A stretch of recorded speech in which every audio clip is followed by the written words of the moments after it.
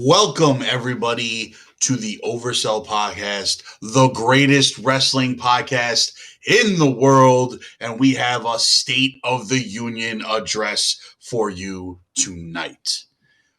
Big news, big news dropping in the wrestling world.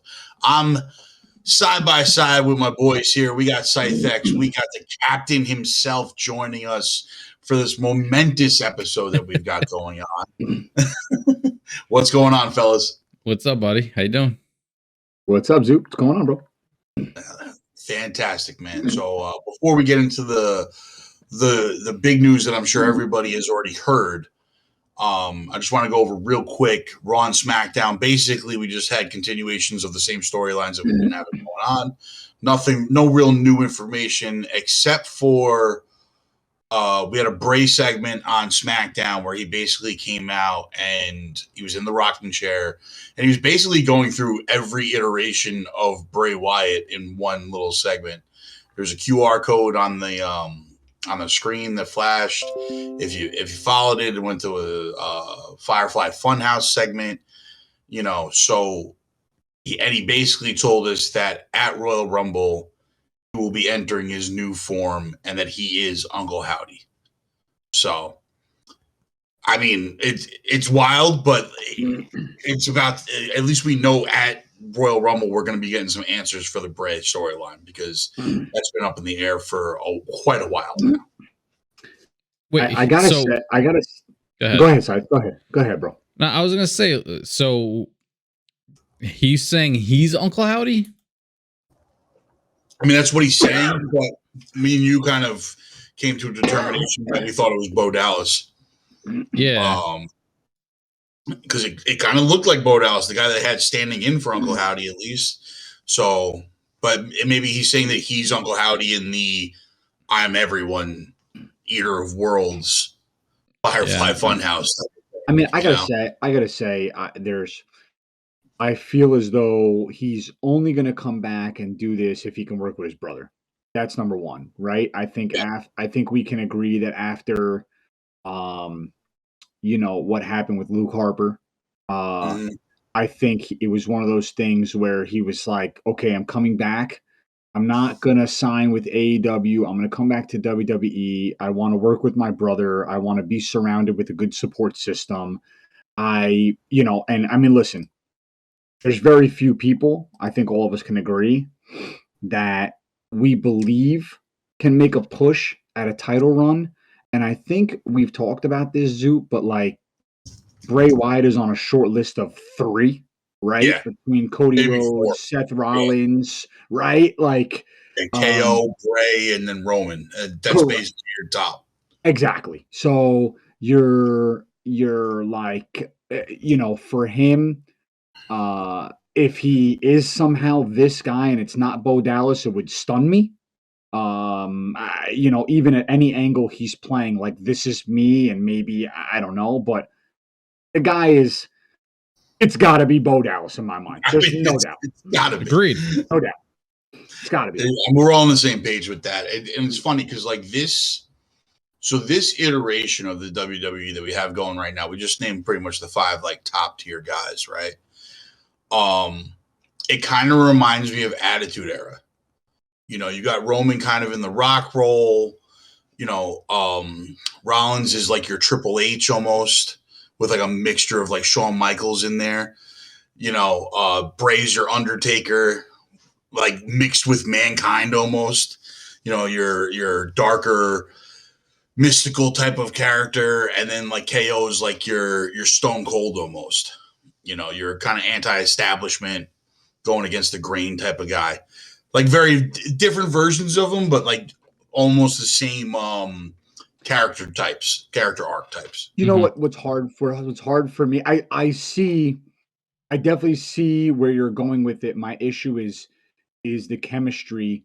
I actually just watched this interview that Triple H was doing, and they were asking him about like his biggest regret, in his feud with The Rock and things like that. And he had said, the chemistry between him, between Triple H, The Rock, and Stone Cold was such that it was like they knew that they were so great that they were going to be phenomenal for years to come. And anytime they got in the ring, there was electricity.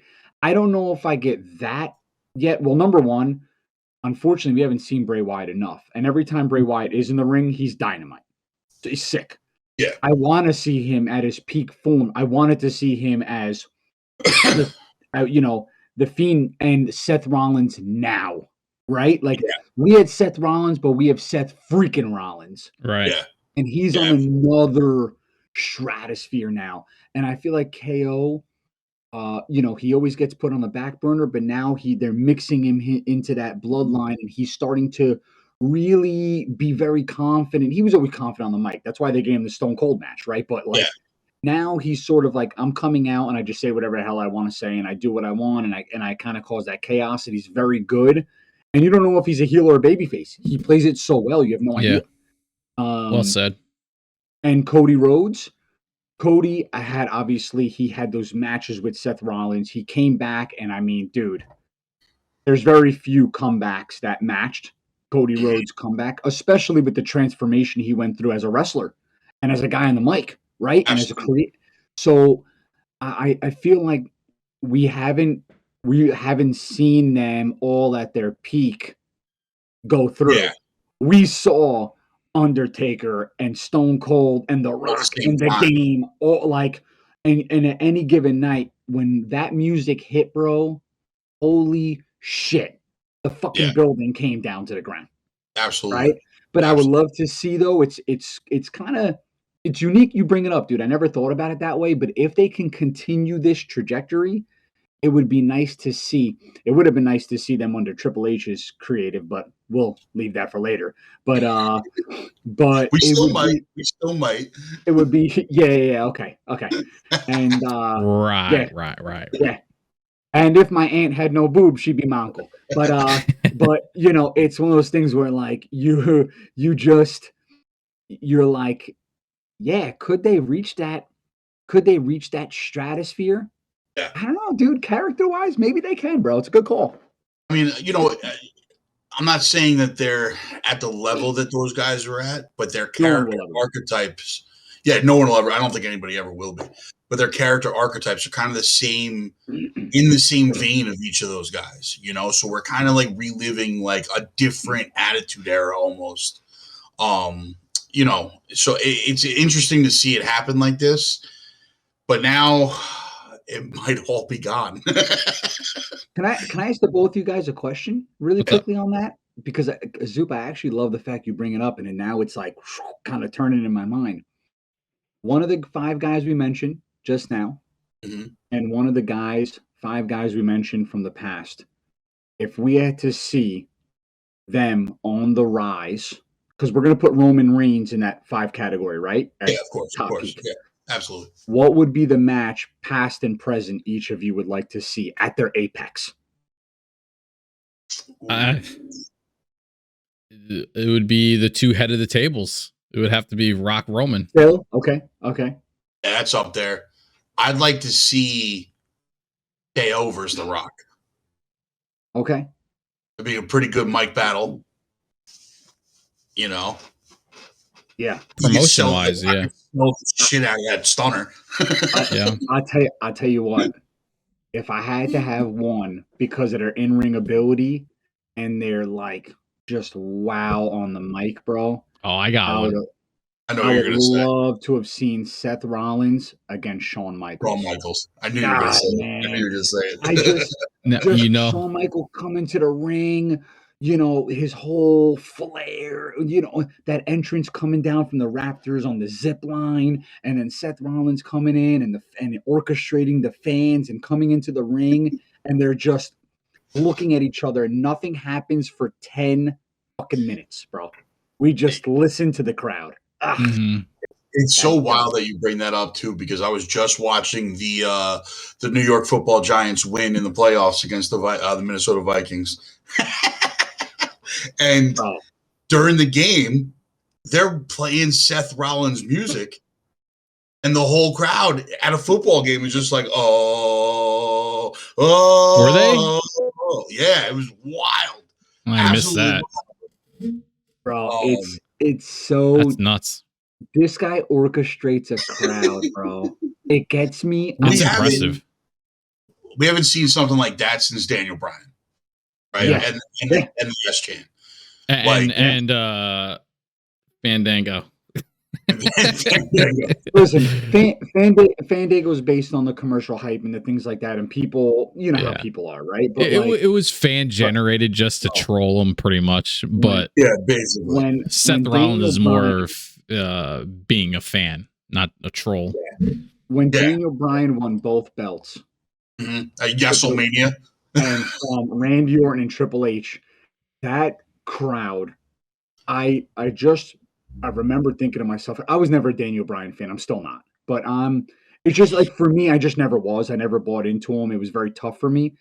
And not really in-ring ability. I thought he was, he always gave it his all. It was just something about his character that just made me feel like this is not believable, right? And like, I just remember I almost got like semi-emotional because I was thinking to myself, this is a real underdog.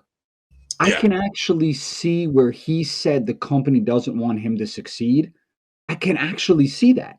I can actually feel the crowd like willing the shit out of this guy to just be on top of the company, dude. And for him to be in a ring with those icons, right? And you're like, you knew he was going to pull it off. You didn't know how. But you're just like, man, this place is gonna explode when this guy tore the roof off. Yeah, it tore the roof off. I mean, bro, we used to get those pops, dude.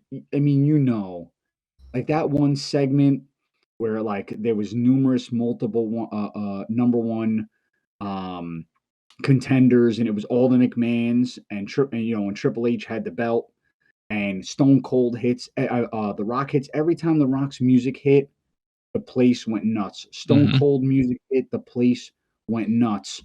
It was like, and that's what Rollins reminds me of. Undertaker's gong. Like the Undertaker's gong hits, bang, the place goes insane. That's why it's like the Undertaker, as soon as the lights go out and you hear the gong, forget it. Yeah.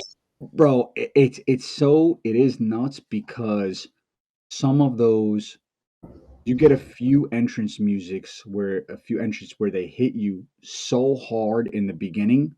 And it's like DX, doom, doom, and everyone's like, oh my God, the gong, Stone Cold, the glass breaks, it's and The Rock, if you smell, right? Like you just, that shit hits. And I have to give it to Cena too, because Cena's music, when it hits, people, people very recognizable.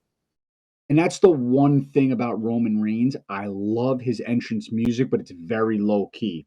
It's very like, don't have that. His new music, the bloodline music, the head of the table music is his best music. I feel like it's his best music, but not for pop.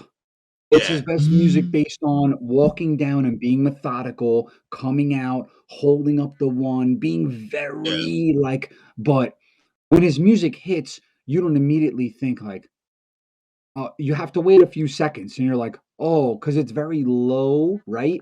So you don't really get that. Yeah, you don't get that feel that music hits that first note, and you're like, it's not like when you hear "Burn It Down." Yeah, like when Seth's music hits, it's like "Burn It Down." Yeah, the place erupts. The place goes crazy when you hear that first that first guitar riff in KO's music, the place goes nuts.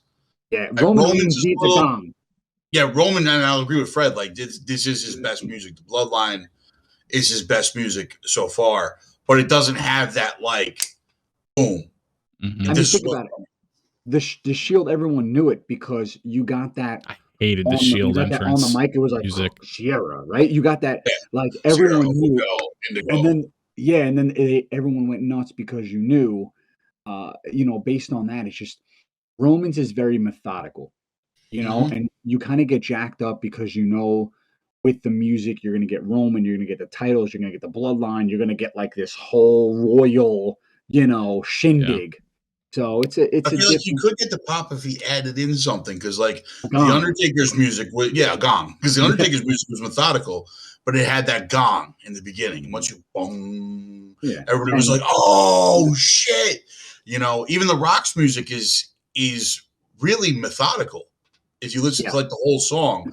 But it starts with the "if you smell." Once you hear that, everybody goes nuts. The Bloodline music doesn't have anything like that, so it's just methodical all the way through. It's like it would be sick. Do you remember when Shinsuke Nakamura, the first day he debuted, had the live violinist? Well, all right. So are you talking about WWE? Yeah, because his NXT debut is even crazier. Bro, I remember I said that because I'm not, once again, like Shinsuke, strong style, blah, blah, blah, blah, blah, right? Like the whole thing. He doesn't really speak. You know how I feel about the guys who don't speak English so well. I'm not a fan, right? We'll go back to that.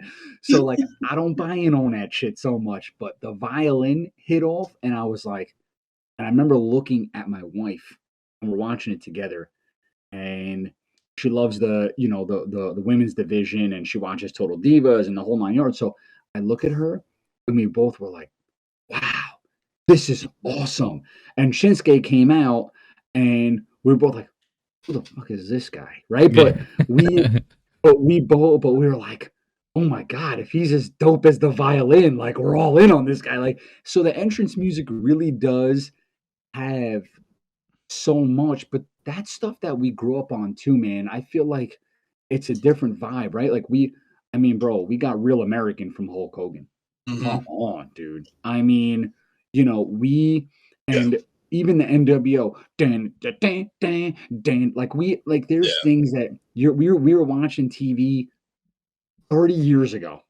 Okay? Bro, when Ultimate Warrior's beginning music would kick off, my God, that place went nuts.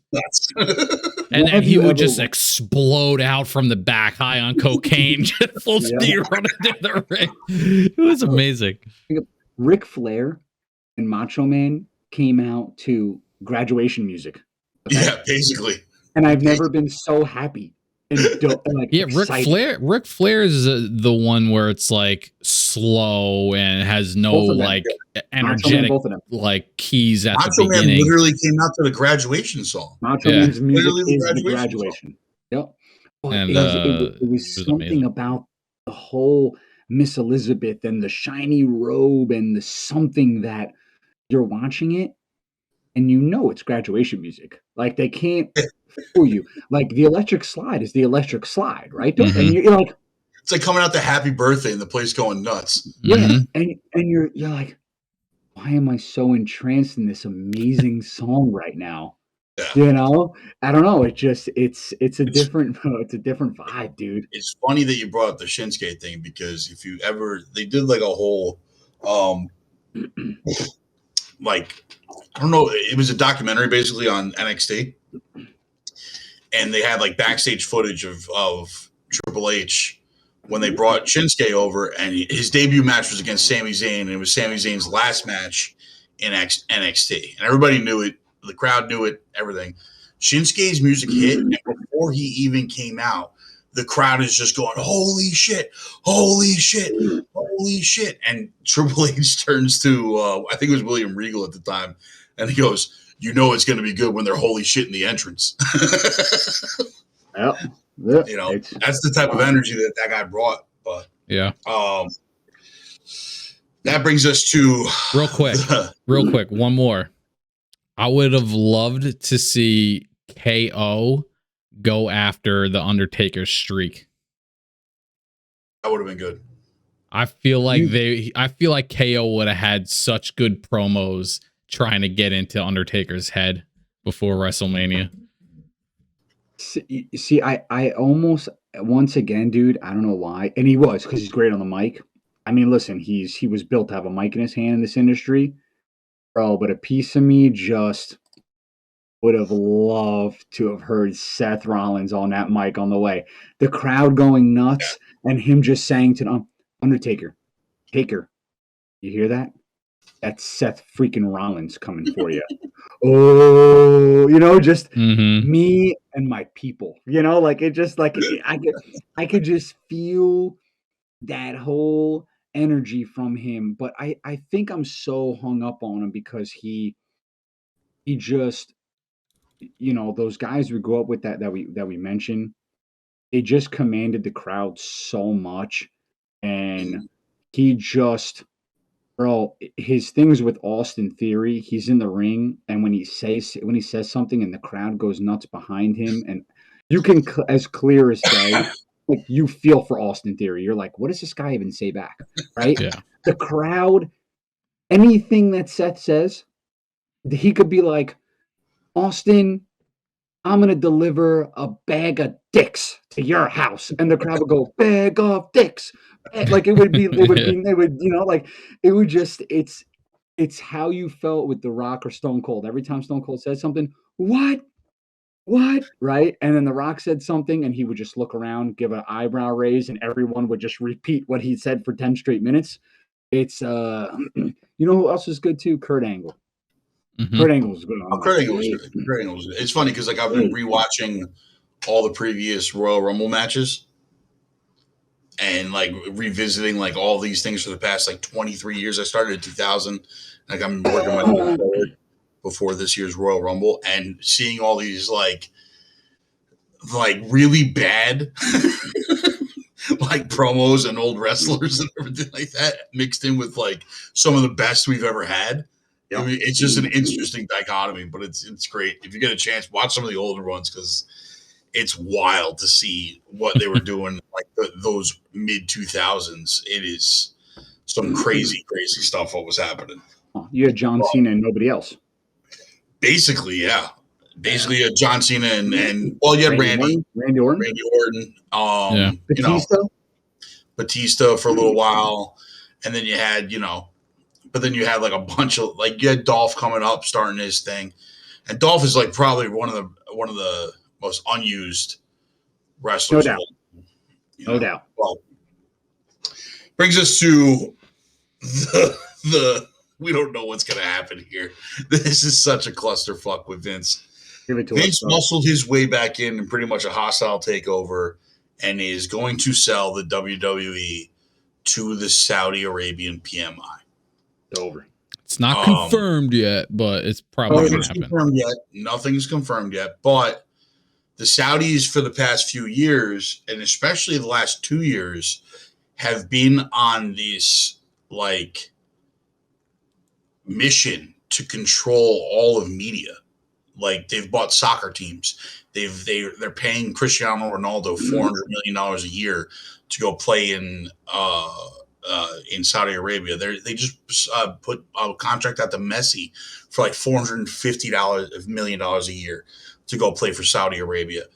I'll go over pros and cons. There's only one pro in my eyes. The one pro is the WWE is about to have more money than God, and we'll be able to pretty much put insane contracts out to any wrestler that they ever want. So if you want to see Kenny Omega in the WWE, you're going to see Kenny Omega in the WWE because they're just going to go and make him offers that he can't refuse. Mm-hmm. But the list of cons far outweighs that. Like that's the one worth pro. It. Yeah, it's not worth it. It's not because at the end of the day, we are going to have to deal with. Everybody knows that this isn't a secret.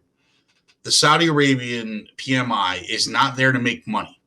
It's there to push Saudi Arabian ideals and their reach amongst the world. Like that's what they're here to do. Like they make so much oil money they can lose on soccer teams. They can lose on the WWE. They don't have to make money on the WWE. This isn't a business decision for them. This is a ideological and cultural decision for them. They built a pro golf league and stole all the PGA golfers just because they wanted to. Well, I actually feel pretty strongly about this for a few reasons, right? Like, first of all, when you talk about live golf, we'll start down the spectrum. The reason why they're doing this is because they're shrewd business people with endless cash flow currently in the world and the way that the economic system's going right now. You're talking about a few set, I guess, head of the tables there that are trillionaires, right? So They can really do what they want because they're printing money at this point. So people with money, you can do what you want. You can spend money on whatever you want. You're free to do it. Okay. The fact is that what happens is you buy something like WWE. Now with golf, great. You have golfers who want to go, they want to make money on tour. It's fine. It's men's golf. You buy WWE and you lose a women's division. Okay. So entirely. we have a big issue. Number one, I'm not like a human rights activist, etc. Blah blah blah blah blah. Right? I don't talk about any of it, the politics, whatever. But let's call it what it is. Yeah. There's zero women's rights there, right? We had to talk about the fact that in the World Soccer tournament, right, that just went on, only up until a certain country was eliminated from soccer, from the World Cup, they weren't allowed to sell like any gay rights T-shirts at events. So now you're talking about a company, and you know very well that if they buy WWE, it's not about cash flow. So they're not going to allow the sale of certain things. No, not at all. It's out, bro. It's gone. Completely gone. So the fact that they have Saudi events and the wrestlers and the company has to abide by their rule, they just can't run the show how they would want to run the show, tells you all you really need to know. It's not going to be WWE, it's going to be Saudi's rules or no rules. Like, it's just I don't mind if you're in a country like, let's say, Australia, right? And they do things a certain way and you're there and you're sort of like going by those rules, right? If they were in Ireland, whatever. When those rules become something that they advocate for the blocking of something completely, like a women's division or whatever the case may be, that's where the line just gets drawn for me. I don't, Sami Zayn. A company wants to buy a company. Yeah, Sami Zayn. A company wants to buy something and we don't really like the company and they run the other company into the ground. That's on them. It's poor management, right? Yeah. You bought it. It's your toy. You want to run it in the ground. Jerry Jones, I'm a Cowboys fan. He owns the Cowboys. He also wants to play GM and he sucks. You want to run it into the ground? You own it, right? That's not for me to say. It's your money. It's your baby. When the Saudis buy it, they're specifically not caring about something and saying, you don't matter to me. Like the women's division, you don't matter. You're out. We're getting rid of it. Well, it doesn't matter. So I don't think that they're gonna necessarily get rid of the women's division on the simple fact that they allow the women to wrestle in Saudi Arabia when they come. I think that the entire women's division is gonna up and leave because they're not gonna want to work for a company that isn't gonna pay them what they're worth, that is gonna make them wear basically jumpsuits everywhere they go. Yeah. That's basically not allow them to promote themselves on social media, and all these other things. So I don't know if necessarily the Saudis are going to shut down the women's division, but just by buying it, they're going to shut down the women's division. Because there's really no other discourse for these female wrestlers to do. Like these women have fought so hard to become really the top tier in the business right now. The best women's division we've ever seen, like killing it. Most of the time, they're the more entertaining storyline and matches on the card, and now they have to deal with the Saudi Arabians telling them that they can and can't do things. It's going to be a problem. And as the captain mentioned, the LGBT community, there's plenty of wrestlers and promoters and everything like that in the business right now that really support the LGBT community, that are part of the LGBT community, and they're going to get ousted also. And then you have people of certain religious backgrounds like Sami Zayn, MVP, that they're going to have to, cut ties with the WWE also. but having all these different groups that have problems with the company is going to create a real big problem, and we're going to lose a shit ton of talent. And when it comes down to a lot of talent, when it comes down to it, are they going to have the money to pay outside wrestlers to come in? Probably, but I guarantee you that there's going to still be some wrestlers that are top in the world that don't want to go wrestle for them. First of all, is there right now one superstar currently out there in the world floating around that you would think would make up for losing a megastar in the WWE, that you're like, you know what, I'm okay if they go out and pay this person X amount of money? Other than MJF, who else to you really tickles your fancy right now? Seriously. I mean, Kenny Omega. Okay, I knew you were going to say Kenny Omega, but really? Really? Like, oh, yeah, really. I mean, like... At this point, I look at him, and I'm like, what feud would I like to see Kenny Omega in? Yeah, I agree with you. The one feud I wanted was Jericho. We got that for a while. And then Moxley, right? That was a great feud. We got that for a while. I mean, the matches they had were like almost life-ending. And then you're like, yeah, I don't need Kenny Omega in any other. I'd love for Moxley to come back, but I don't think that's going to happen. So, okay, if you're not going to get Moxley back, and you're definitely not going to get Jericho back, you're getting MJF, but an MJF I don't think gives a shit who pays him, because he's that guy, right? But no, I honestly don't think MJF will come over, though. Why? What gives you...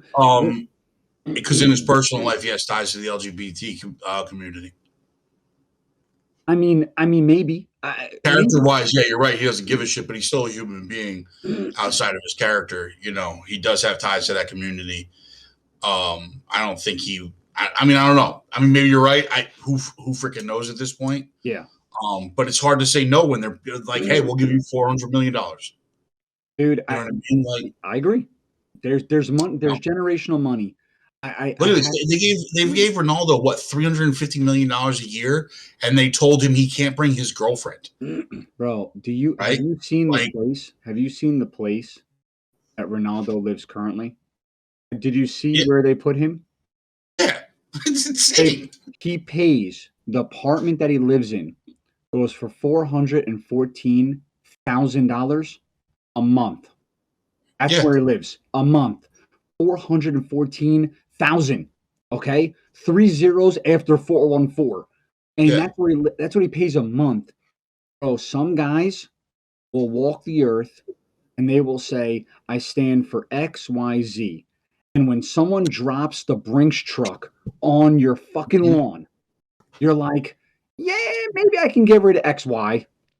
It's just the way it is, and money talks most of the time. And money talks 99% of the time.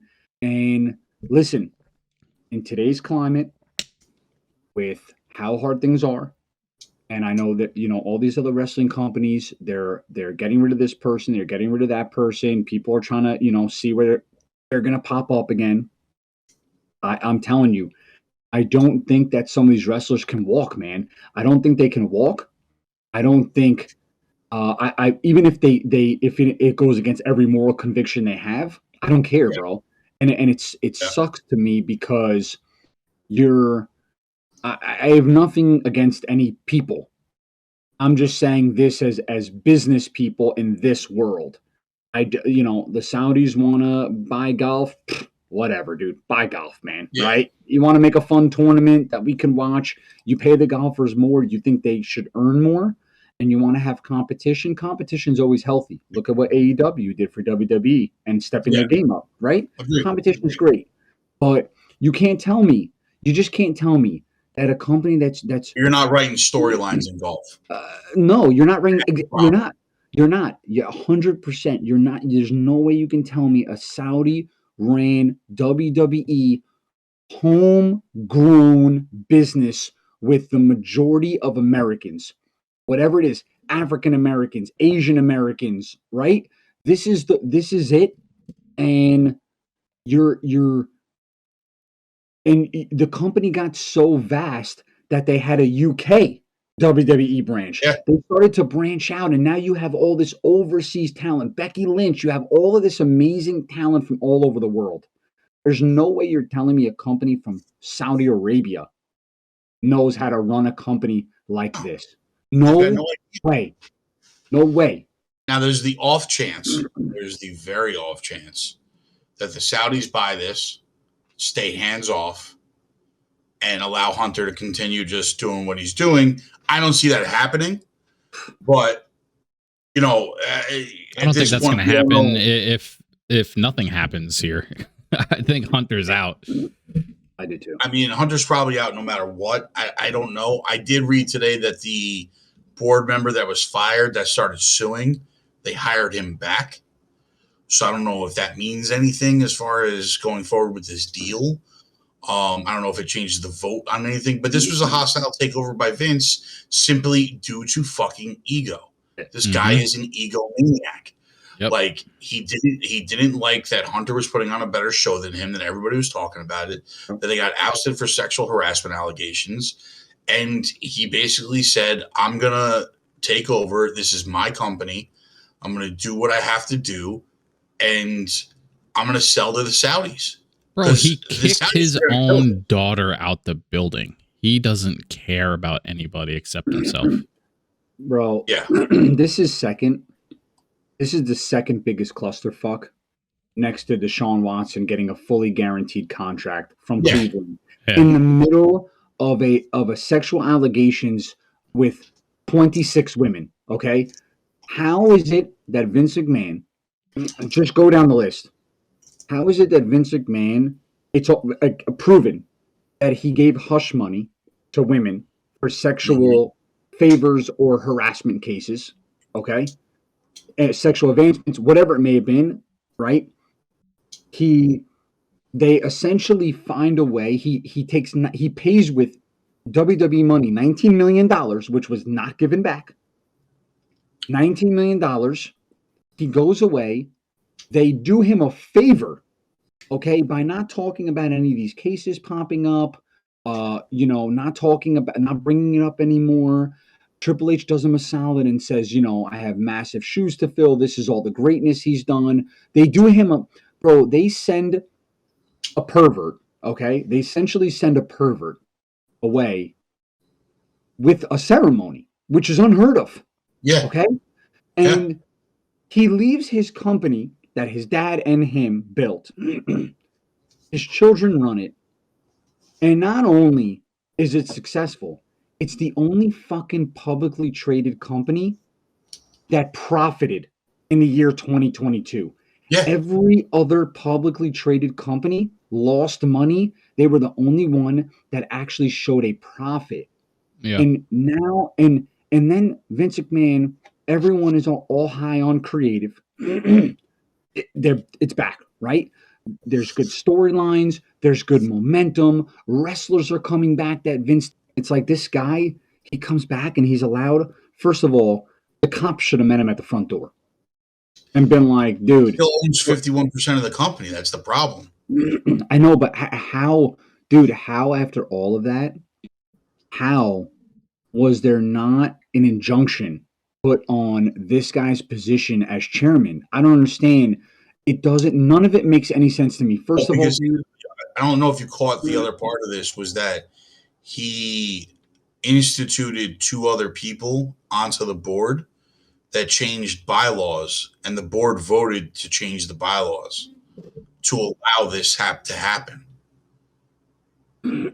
Bro. That's why that one guy got fired and he put somebody else in that spot. And then Stephanie was out and he put somebody else in that spot. I don't That's what I'm saying. It's a hostile takeover. I don't get it. Dude, this I really never seen anything like it. I never seen anything like it. I don't know. I can't comprehend it. I can't comprehend how Deshaun Watson got the money that he did. I can't comprehend how it's like this is just not a good dude. Like no way you slice it. He built a company that is lucky enough to pay a lot of people and give a lot of people work. It's a blessing. He did a great job. He's a great business owner. He's a shitty human being, bro. I don't care how you slice it. And this should never be allowed to happen. It should never be allowed to happen. Yep. No, it shouldn't have. And it's going to be the death of the WWE as we know it. If this deal goes through, and maybe you're right, maybe hopefully somebody can put an injunction in place, or maybe enough lawsuits go through where the shareholders get together and do a class action lawsuit against the company because they don't want to get paid out on it or whatever. Because at this point, they're trying to take a public company and make it go private, which means they're just going to pay everybody out on their shares. So, I mean, it's got to be upside down on the cost somewhere, you know? Yeah. So I don't know what can happen as far as I'm not well versed in this type of law. I'm not either. You know, so I mean, I don't know what can happen, but hopefully we get a last minute savior somewhere. Yeah, and like I don't know. There's really not much anyone can do though because he owns the majority shares. So what's the company worth at this point? Billions. It's got to be billions. Yeah, it's got to be a couple billion, right? Yeah. I thought it was 6. I thought it was 6 also. Yeah. But I also also worth right now. My thing with him is just to show what his ego is, right? Rather than continuing the McMahon name and being 6.65 billion. I was right. 6.65. Yeah. So go ahead. You got to figure the Saudis are going to pay at least 10. Oh, easily. Yeah. It's going to be some stupid number that you can't say no to, but yeah, of course. But like rather than his ego saying, "Hey, the McMahon family built this. The McMahon family is gonna continue to build this for the future," and like give it to his kids, you know. Let Stephanie do her thing. Who knows what Shane's doing? I think he's like an independent contractor on the books at this point, is what I saw.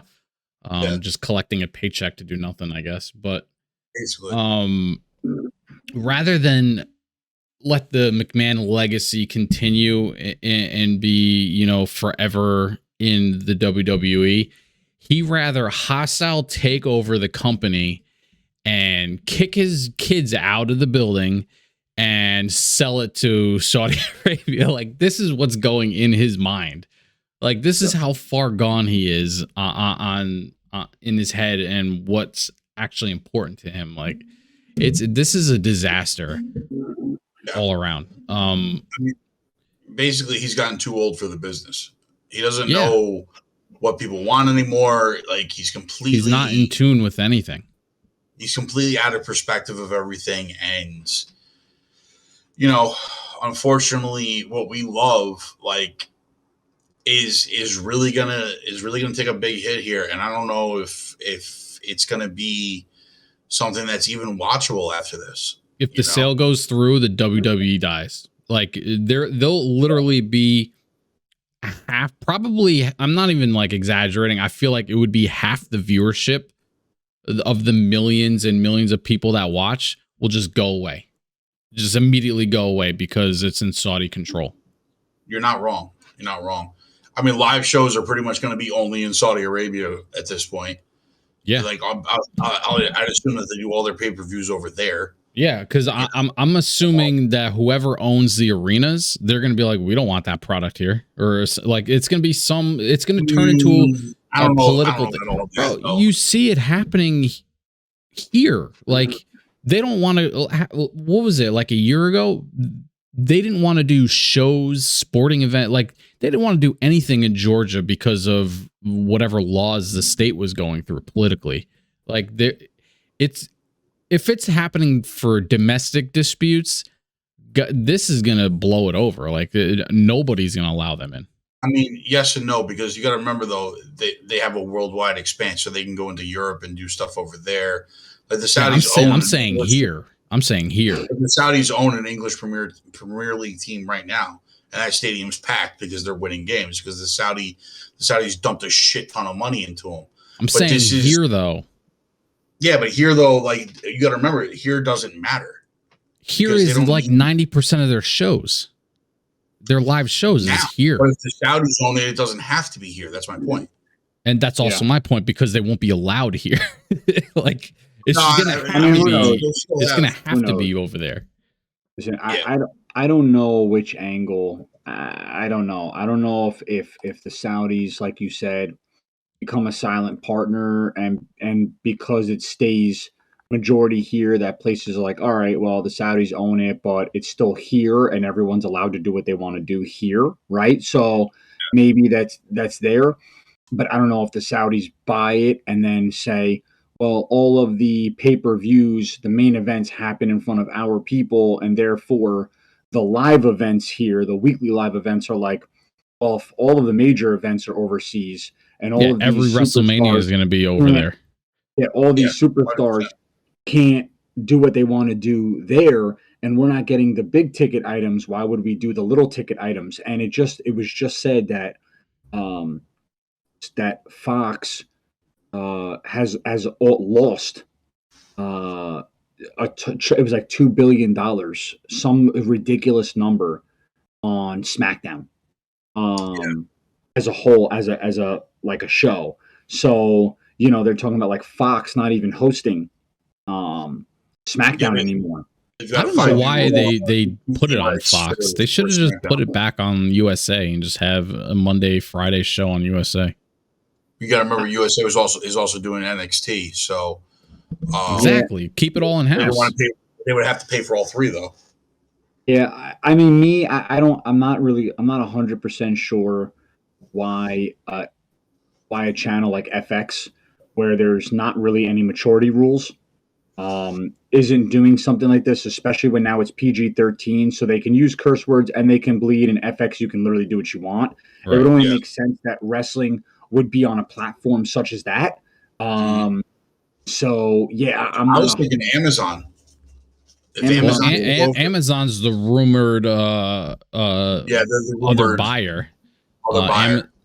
Amazon wants to buy it, which would shake up everything, because all shows would shift to Amazon Prime like immediately. Bezos would kill every contract regardless of price and say, you're watching Raw, SmackDown, and pay-per-views all on Prime. Peacock, get out of here. All your shows are gone. It would just be a complete takeover in that sense. But at least he would let them do what they want to do. Agreed. I'm not saying I'm for or against. I think it's a better option than what's presented right now. If Bezos could come in here at the last hour and save us on this, that'd be fucking amazing. It would be great. That's the only thing I see happening here, is that Amazon scoops in and just is like, listen, you don't have to lose your women's division now. You know what I'm saying? They'll all stay. We'll pay them whatever. We'll make it work however the hell we have to. We're LGBT friendly. We're women friendly. Like, you don't have to worry about losing all your talent now. So why don't you just sell to us instead? And, but who knows? I mean, to beat the Saudis number, Bezos is going to pay $10 billion for the company. We're gonna have to see, bro. It's really listen. The other options is I'm saying Dana White, like whoever owns the UFC, is interested in buying them, and also I saw that also, but I don't know if they have the money to do it. I don't know if they have the money either. $6 billion buying the UFC. And Tony Khan is following it, like he's gonna try to do something with it. They said Tony Khan and Shad Khan were trying to find a partner to help with the funds and buy it. So it was essentially Tony Khan Eric Bischoff was like, well, his thing is, I have AEW. I have all this talent. I can sort of become what Vince was, and now I have AEW and WWE, like SmackDown and Raw, right, and NXT, and I can have these two companies sort of be able to cross over when he wants to. So the big thing was they were trying to find a financial partner, and recently said that Tony Khan was out on the negotiations, but I'm under the assumption he's out because the money is so astronomical that he's like, it would take me forever to make this money up. Yeah. Like, I don't see how anybody beats the Saudis' money, and that's the main problem. Like, yeah, you need a giant corporation to come in and take that, and then who knows what happens from there on out. Elon Musk. Apparently, Triple H and Stephanie are trying to like heavily block this deal. Yeah, of course they are. Of course they are, because they know it's the death of the company. Mm-hmm. Look, Triple H, for all it's worth, and you can say whatever you want about him, he loves this business. He built NXT up from the ground up. He's heavily involved in this business right now. Like the business as it stands today is Triple H. Mm-hmm. So he doesn't want to see this die. Like, and he knows as well as everybody else does that if you sell to the Saudis, this business dies. Yep. It is what it is, boys. We're gonna have to keep a close watch on it. That's it. Yep. That's it. So real quick, back to SmackDown. We briefly talked about the Sami Zayn, not Sami Zayn. The Sami Zayn KO match. But what do you think is going to happen? Because he was supposed to do it himself, right? And then the bloodline comes in at the end and you know, gets the DQ and beats the crap out of KO and blah, blah, blah, blah. And they're like, oh, you did good, Sammy, you did good. And he's kind of looking pissed like, I was doing fine just by myself. Is this the start of Sammy kind of pulling back from the bloodline and thoughts going into his character's head? I mean, I think that whole thing is the breadcrumbs that lead us going into Royal Rumble. That Sammy's going to either turn on the bloodline or the bloodline's going to turn on Sammy, or Sammy goes with KO on this and goes after the bloodline. But I think that it could be, we'll find out next week on SmackDown why, or maybe on Raw tomorrow, why it happened. It was either that Roman sent him in because he didn't think Sammy could do it, or Roman sent him in because he didn't want Sammy to do it on his own, because then it proves that Sammy was able to beat KO on his own. He couldn't, because he needed the bloodline's help to do it. You know, because we know that Roman's got the big match with KO going into the Rumble, which is probably where Sammy stabs him in the back. Right. Probably. You know? I think it would be more in the WrestleMania zone, but you never know. I think it ends up, I think WWE is trying to shape up to get a lot of its current talent that it's pushing belts. So I think that at the end of the day, I think you see Sami Zayn and Kevin Owens end up fighting the Usos for the tag team championships. I agree. I was about to say that, actually. I'm glad you said that. I think Drew and Sheamus. I think it's both. I think day one they fight Kevin and Zayn for one, and I think the next it's the other one. What about the Judgment Day? Because they won on Monday Night Raw, making them the number one contenders. Yeah, I don't think it ends up being them win, as. Yeah, I don't think it ends up being them as WrestleMania gets here. I think it ends up being like megastars. And the Judgment Day to me just falls flat, dude. I mean, I'm sorry. I don't disagree with you on that, but I think they're trying to keep the faction relevant until you see Sheamus, McIntyre, which are two megastars internationally and domestic right now, and Kevin Owens and Sami Zayn. I think you see like a turnaround, and they, it's played off as like a KO says, Sammy, you and I both know that they've been holding you down. If we team together, we would take those belts and we'd hold it for longer, right? And then like they win the belts, whatever. I think the Usos, it's crazy, but I think the Usos lose both tag team championships that night. I think that Solo Sikoa at Rumble, you think they're going to lose both? No, I think at WrestleMania. Or WrestleMania, yeah. I think they lose both at WrestleMania. I think Solo is the only person in the bloodline who leaves with a title. I think he has a title for the Intercontinental, fights Gunther and wins. And I happen to think that actually on night one, Rollins beats Reigns. And I think on night two, The Rock beats Reigns. And I think all the belts I think they lose every belt, and I think Solo walks out with the only one, and then the family is sort of confused, and I think Solo ends up leaving with The Rock as like we're the real bloodline, right? Like you ran this because we weren't here, sort of deal. Like the whole plot ends up being like The Rock called Solo, months back and was like, listen, go into the bloodline, be the enforcer, and when it's our time, we'll show them where the real blood. You know what I mean? Like that's how I don't know. I don't think it'll happen that way because I don't think The Rock's going to sign on for multiple months to be in the WWE. I don't know, man. I think he would do it. I like the storyline that you're coming up with, though. Realistically, I don't see The Rock signing on to be like back in pro wrestling for an extended period of time. It would just be for the road to WrestleMania, man. That's all he's be needed for. Because at WrestleMania, him and Solo take off with the belts. Now you have The Rock as the champ. Yeah. But you know what, though? It doesn't have to be. The thing of it is with The Rock, it doesn't have to be a long run in this particular case to be effective, right? Because The Rock is only doing one thing. The Rock's not coming back for a title run where when he came back for that year, it was John Cena and CM Punk, right? Yeah. CM Punk had a title reign, and he was essentially saying he was the greatest wrestler. He dropped the pipe bomb. Nobody could beat him. John Cena was going after the title run of how many titles? The Rock was coming back to show them, like, I could do this coming back from Hollywood and be the greatest wrestler. The Rock is coming out specifically to beat one guy, beat him on the night to show him, bro, I'm the head of the table. I've been doing this way longer than you could ever imagine. If I want to come back in here and run this bitch, I'm back in and I'm running this bitch. And then he can leave, right? He can lose it to a Cody Rhodes. He can lose it to it, but it doesn't.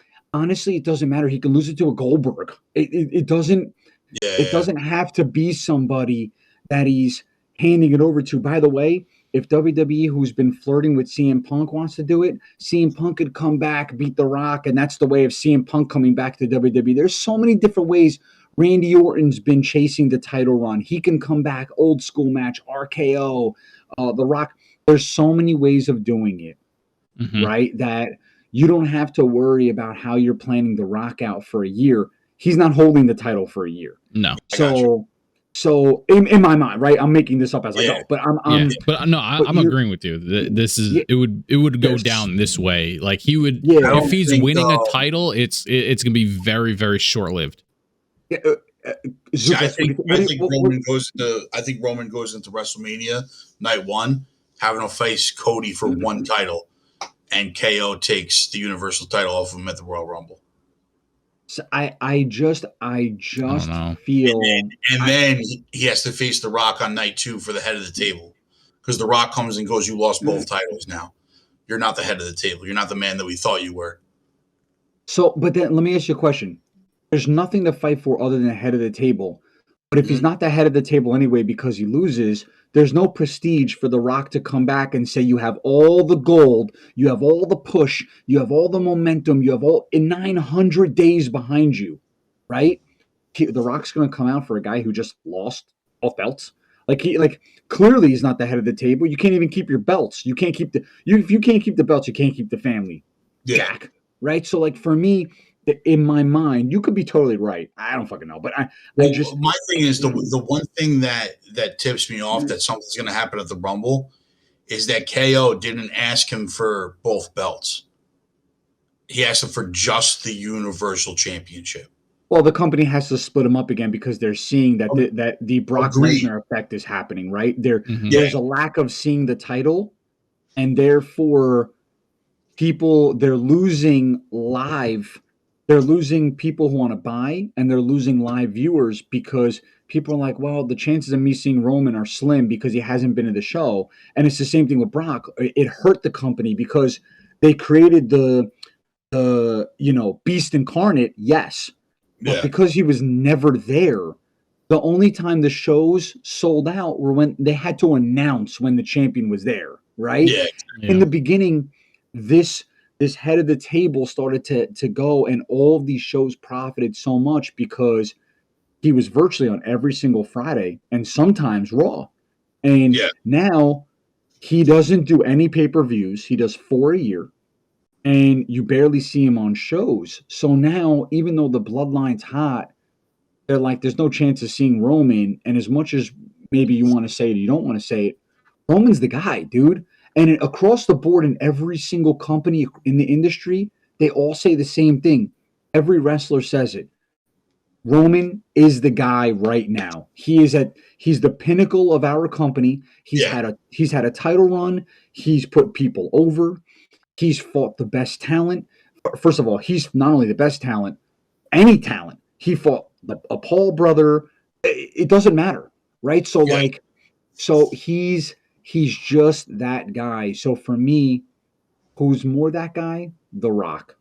So The Rock's got to come back for something. Even if The Rock beats him, puts both titles up, holds them up, and says, don't ever say you're the head of this family. Puts the titles down and leaves. And leaves the belts in the ring. Mm-hmm. Just leaves. And the family, the bloodline follows him. They all look at Roman. They're like, right? You're a bum. Roman's on the ground. He's beat up. He's crying. He's going through the whole emotional. And The Rock just leaves the belts and says, you know what? I think there's superstars that deserve these belts more. Let's go, family. And they all leave Roman in the middle. And then Roman's got to get into a tournament, right? To try and get one title. One tournament is on Raw. One tournament's on SmackDown. They each get their belts back. And all this heavyweight talent now gets to be in a pool again. And you see the KOs and the Cody Rhodeses and the Seth Rollins and all these guys get to vie for each belt. That could be it too. You know, I could see him just saying, I like it. Come on.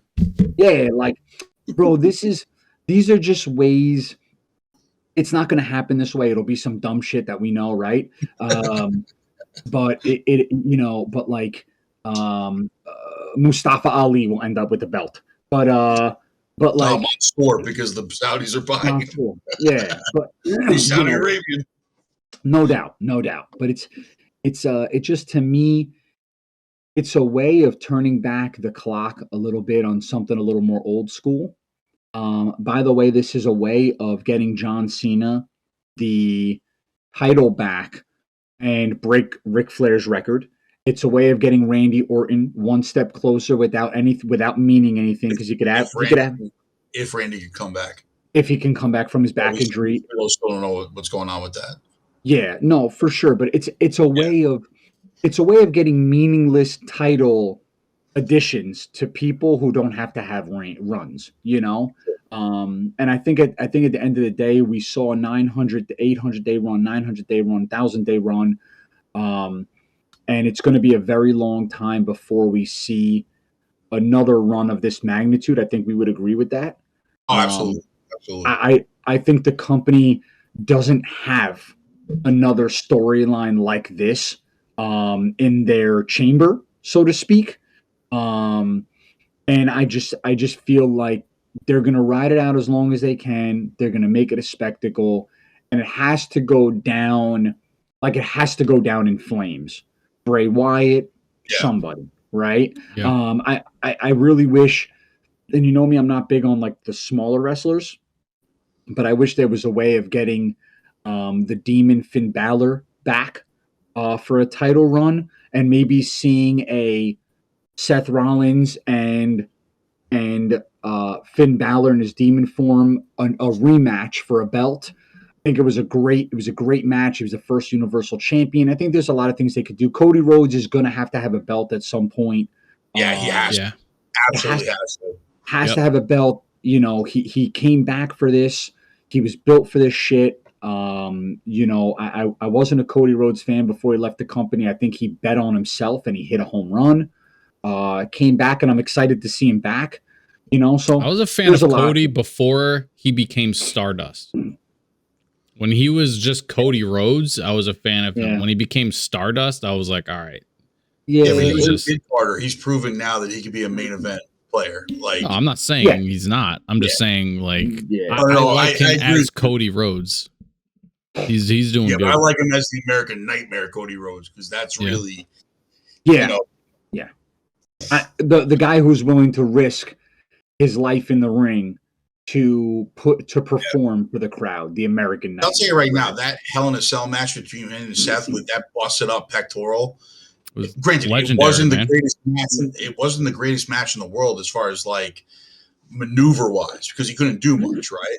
But there was so much emotion in that match. It was a top match of the year. Yep. And basically, he just got his ass kicked the entire time. Yeah. So I mean, bro, come on, you know it, and I know it. You got to get. You have to give us your prediction. Who wins the Rumble?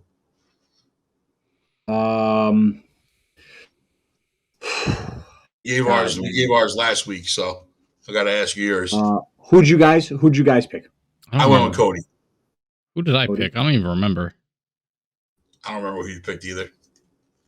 I think I said KO. I think you said KO. I went with Cody. Yeah, I'm gonna go Seth Rollins. I think Seth Rollins wins the Rumble.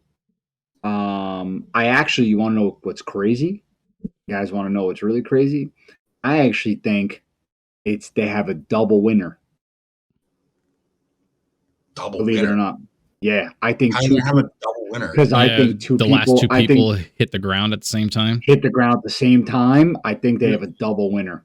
Okay, so that's happened before, and they restarted it. Yeah, I think this time around for a storyline, I think they have a double winner. Meaning, like, two guys fall out. They're both looking at each other. There's 2 nights of WrestleMania, right? Like, I think it ends up being where they do it on purpose, and you're missing something here. That would kill. There's a pay-per-view in between Royal Rumble and WrestleMania. Fastlane. No, they got rid of Fastlane. Yeah, it's Elimination Chamber. Oh, that is in between? Yeah. Mm-hmm. I love it. And that's gonna be a number one contender match for one of the titles. So you don't need to have the double winner at Royal Rumble now. Yeah. And if you have a double winner, that kills it kills the Rock's match with him. The Elimination Chamber is silly though, don't you think, man? I love the match, but I'm saying for the title, because the Royal Rumble to me has to be right before Mania, bro. They can't have a pay-per-view in between with number one title contender ramifications, because the Royal Rumble is the biggest number one contender match ever. Well, that's why there's 2 belts. The Royal Rumble, you get to choose who you fight. Yeah. And then the guy in the Elimination Chamber gets the other one? Yeah. But this case, it's the same person. So in this case, it's the same person, which is the Royal Rumble guy is going to pick one title, and then the Elimination Chamber is going to be for the other title. Yeah. Yeah. It's like it's just odd to me. I mean, I know they're getting rid of Hell in the Cell. But like, but for me, I just the pay-per-views are great if there's real substance. War Games was fun. And Royal Rumble always has substance no matter what, because of what the match is, and Mania is Mania, and SummerSlam is SummerSlam. Yeah. Outside of that, you're like tables, ladders, chairs, like TLC, like these types of things. You're like, I really care about this. Money in the Bank has substance, though. Money in the Bank, I felt used to. I don't feel like it has anymore. I mean, listen, maybe it's because of bad booking with Austin Theory down our throats. Yeah. It was a little bit different, but like every other one before that was. You're right. Yeah, no, I mean, it's listen, we've seen like odd guys win, Alberto Del Rio, and we've seen these like odd guys. We've seen these oddball guys win. That I think the crowd loved more than what could have been a storyline. So you definitely gotta have. You have to have a guy, even if it's going to be him. You got to have a guy like a Cody Rhodes win a Money in the Bank. You have to. You have to have someone who you're like, I want to see this guy fight for the title. I want to see the Miz win Money in the Bank, man. When it comes to Money in the Bank, you got to have a guy that's like diabolical. The Miz, like Miz. because Cody Rhodes is too Boy Scout. You know what I'm saying? Yeah. He's too honorable. It's like when Cena won Money in the Bank. He's like, I'm not going to do a surprise thing. I'm telling you, at WrestleMania this year, I'm putting it up. Blah, blah, blah, blah, blah, blah. True, that's true. Cena's not the character that's going to be like opportunistic. Yeah. Yeah, the Miz will hide under the ring and wait for the opportunity. Yeah. Yeah, no, that's listen, that's very true. I didn't think about it that way. I definitely I guess you want to have it. You want to have a scumbag win it. Yeah, Yep. you want a slime ball to win Money in the Bank because you never know when he's gonna. Dolph Ziggler would be a good one too. By the way, Seth Rollins, he comes out with the briefcase. Could you imagine the crowd behind him? All he does is hold the briefcase of all time. All he does is he walks out, he holds the briefcase, the crowd, Yep. and then he just and then he walks away, and he does that every week. Yeah, He does it every week. He walks out, briefcase, the chant, that'd be great. leaves. And then like finally one day, it's like he walks out, and the crowd, and they put somebody through 4 tables, and he walks out, and the crowd gives the chant. And he gives the nod and just runs to the ring, Mm-hmm. Yeah, you're right, dude. First of all, I should be creative. That's number 1. Number 2, Triple H hire us all. I mean, Triple H. First of all, before you quit, if you knew what you were really doing, you'd give my agent a call. My agent is also me, so give me a call. And collectively, we can come up with a banger storyline for years. You have 3 years of storylines between the 3 of us, and then you retire. All right, Yeah. Dude, let us make you some money. Keep the Saudis out and hire us. On that note, we're gonna end it here. Make sure you guys like, follow, and subscribe. Everything on GGEN. A bunch of different stuff coming your way. Reaction videos. MVP this week, Fred, or next week? Next week. We got round 2 of the trivia game starting. Wizard of Oz there. Yes, sir. Yes. Well, round 3. Elite Four. But round 2 still has to be put up, right? We do have one more round. I want to give a first of all, big shout out to the guys who are in it, right? Our GGEN guys who are still in it. Number 2, apologize for the length of time this is taking. I was sick. I got hit with the double whammy, COVID and flu, and now I have a broken nose. So I am going in for surgery tomorrow on the broken nose. 2023. We've become very close. And if I happen to meet whoever represents 2023, I'm kicking the shit out of that person. So I can guarantee that. So it'll happen. It'll definitely happen. We're gonna find a winner for sure. We're gonna find slowly but surely. We'll get there. We'll get there. Find a winner. Yep. So make sure you guys like, follow, subscribe, everything on GGEN. A bunch of things coming your way. Love you guys all. We're here for the real Oversell. Quick. Look for us on the channel when Rumble starts. We may be live and commenting during the show. Let's do it. Let's do it, baby. I'm gonna be live with Zuplex. So I could throw him over the ring. Good luck trying that. You guys should be having your own ladder match there in the Rumble. AKA his couch. I'm gonna toss him over his couch. Yep. You're sick. I'll see you, man. Thank you, boys. Love joining you today. Yep. Laters.